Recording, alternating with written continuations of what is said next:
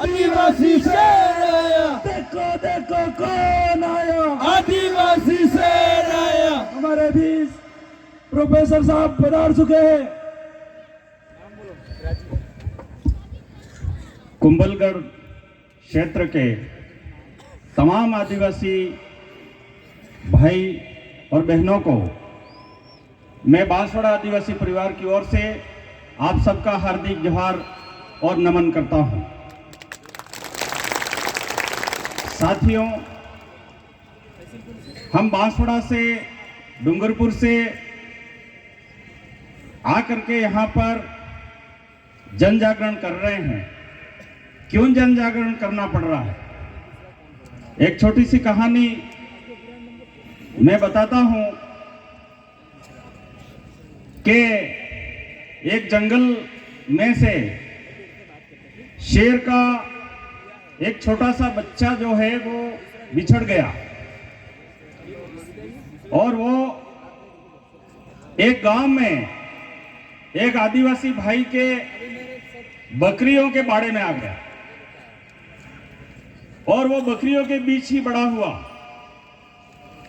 और बकरियों के बीच बड़ा हुआ तो वो भूल ही गया कि मैं शेर भी हूं। वो बकरियों के बीच अपने आप को बकरी ही मानने लग गया और बकरी जैसा ही व्यवहार करने लग गया।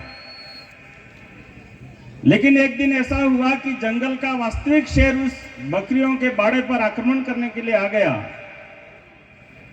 और उस शेर ने देखा कि बकरियों के बीच वो एक शेर भी भाग रहा है। बकरियों के साथ साथ शेर को देख करके वो शेर था वो भी भागा। तो उस शेर ने क्या किया कि उसको रोका। अरे तू क्यों भाग रहा है? तू तो मेरे जैसा शेर है। लेकिन उसको यकीन नहीं हुआ कि मैं भी शेर हूं। तब उसने क्या किया कि चल मैं तुझे बताता हूं तू कैसे शेर है। एक तालाब के पास में ले गया और पानी में परछाई दिखाई उसको, देख अपने आप को और मुझे देख, हम दोनों की परछाई एक जैसी है। तू भी शेर है, मैं भी शेर हूं।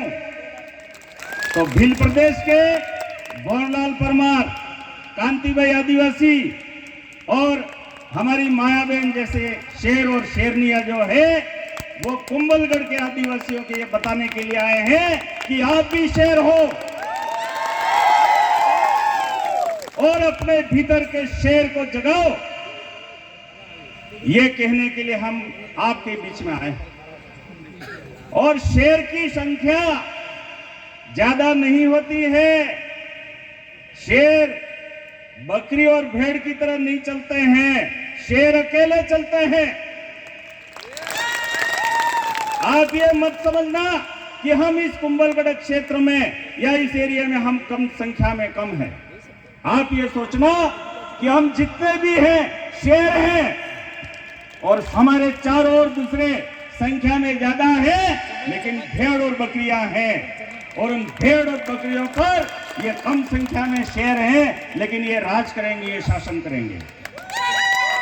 ये हौसला आप लोगों के भीतर जगाने के लिए हम आए हैं, क्योंकि हमारे भीतर का शेर जगा तो आज मध्य भारत में अपने आप को जो बकरियां भेड़े शेर समझ रही थी वो सब गायब हो चुके हैं और वहां पर केवल आदिवासी और आदिवासी परिवार का ही सिक्का चल रहा है।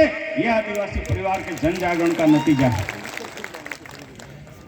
हम यहाँ पर यह बताने के लिए आए हैं कि अपने आप को पहचानिए और अपनी ताकत को पहचानिए। आदिवासी क्षेत्र हमारा ये कुंभलगढ़ एरिया भी आदिवासी क्षेत्र ही है। भले ही सरकार ने कुंभलगढ़ क्षेत्र को आदिवासी क्षेत्र घोषित नहीं किया है, लेकिन आप थोड़ी बहुत जानकारी संविधान से प्राप्त कर सकते हैं। गवर्नमेंट ऑफ इंडिया एक्ट 1935 पढ़िए।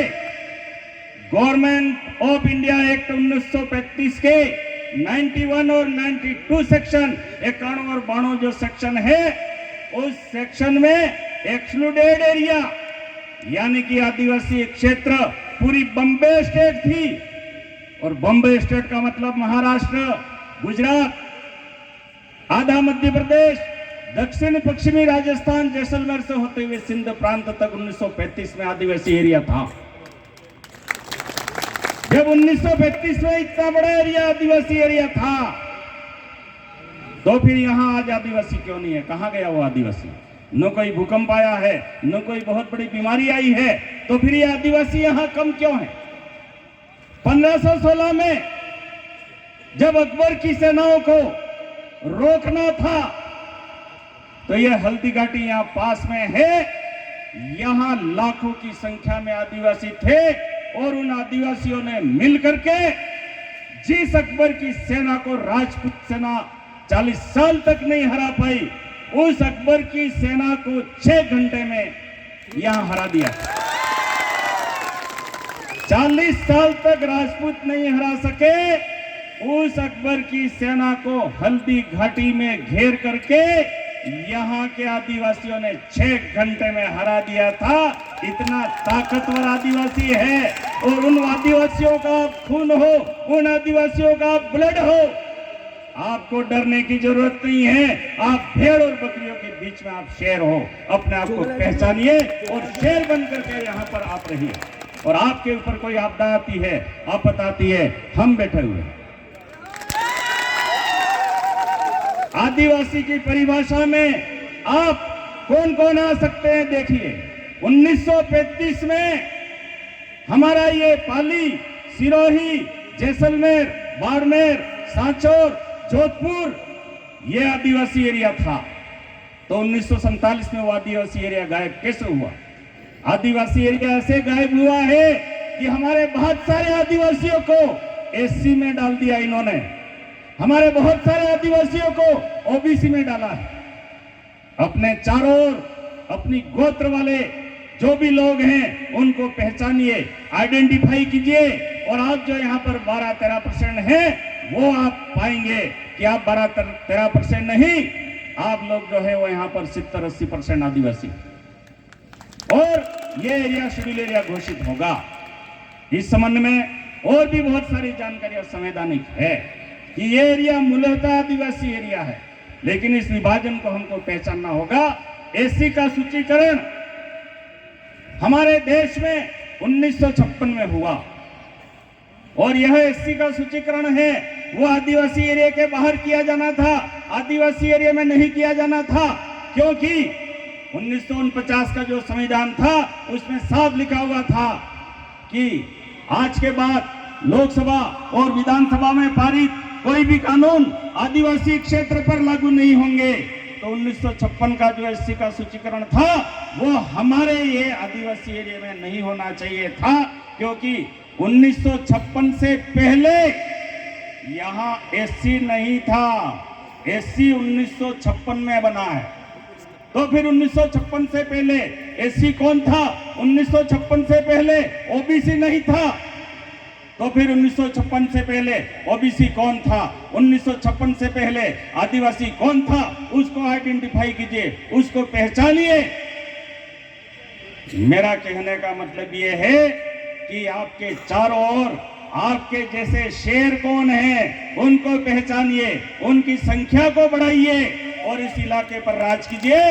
मध्य भारत का आदिवासी आपके साथ है, आपका बाल बाका नहीं होने देगा।